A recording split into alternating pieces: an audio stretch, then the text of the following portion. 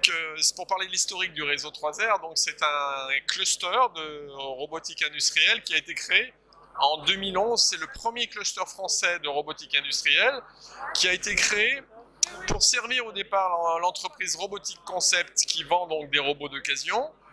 Et ces robots, il fallait les réviser. Donc, il fallait que je trouve des experts en maintenance. Donc, j'ai commencé par créer un premier réseau d'experts indépendants en maintenance.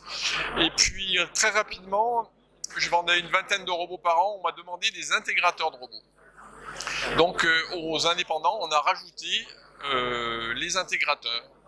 Et puis, à l'occasion d'une rencontre, par exemple, avec Sylvie, on s'est rendu compte qu'il y avait encore d'autres métiers qui étaient prioritaires pour développer la robotique en France. C'était les consultants en robotique.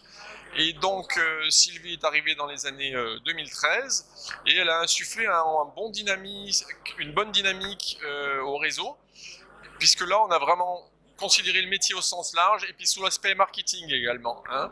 Et du coup, le réseau s'est encore à ce moment-là agrandi des startups et des centres de formation. Et donc là, on avait à peu près une trentaine d'adhérents qui sont passés maintenant à 40 environ.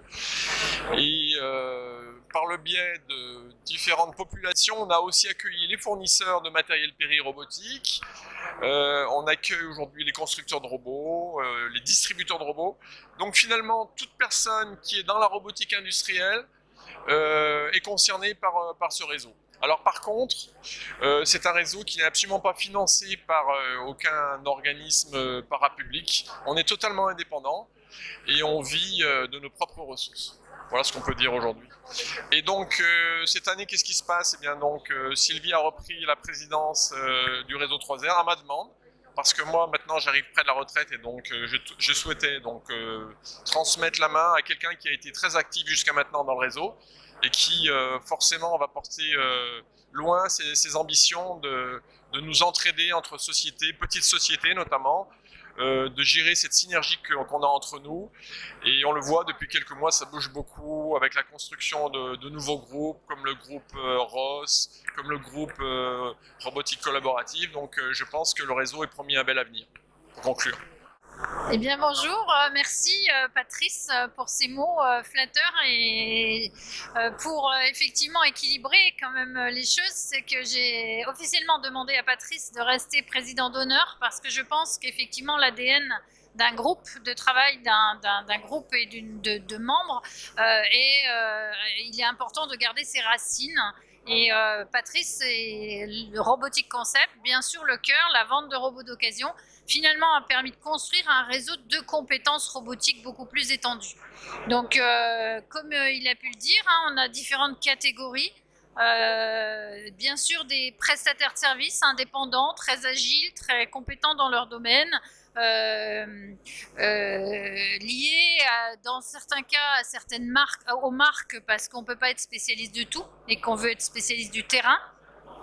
Des intégrateurs, bien sûr, de plus en plus nombreux parce qu'à un moment donné, le client final, il a besoin d'avoir une prestation clé en main qui signe une sécurité machine aussi.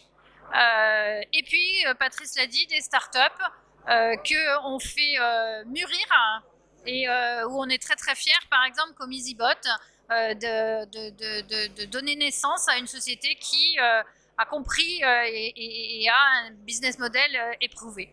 Donc voilà, et les centres de formation, bien évidemment, qui sont le cœur de la connaissance et qui sont assez nombreux, puisqu'on a 4 centres de formation au sein du réseau 3R.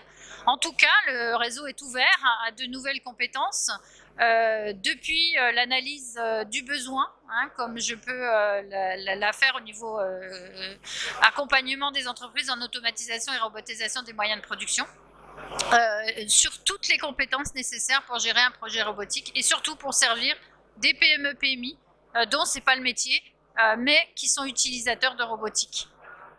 Dans ce cluster, il y a des petites entreprises, même des indépendants, des entreprises de taille plus importante. Et le but du réseau, c'est aussi de pouvoir tous travailler ensemble et de pouvoir s'amener de l'activité les uns envers les autres.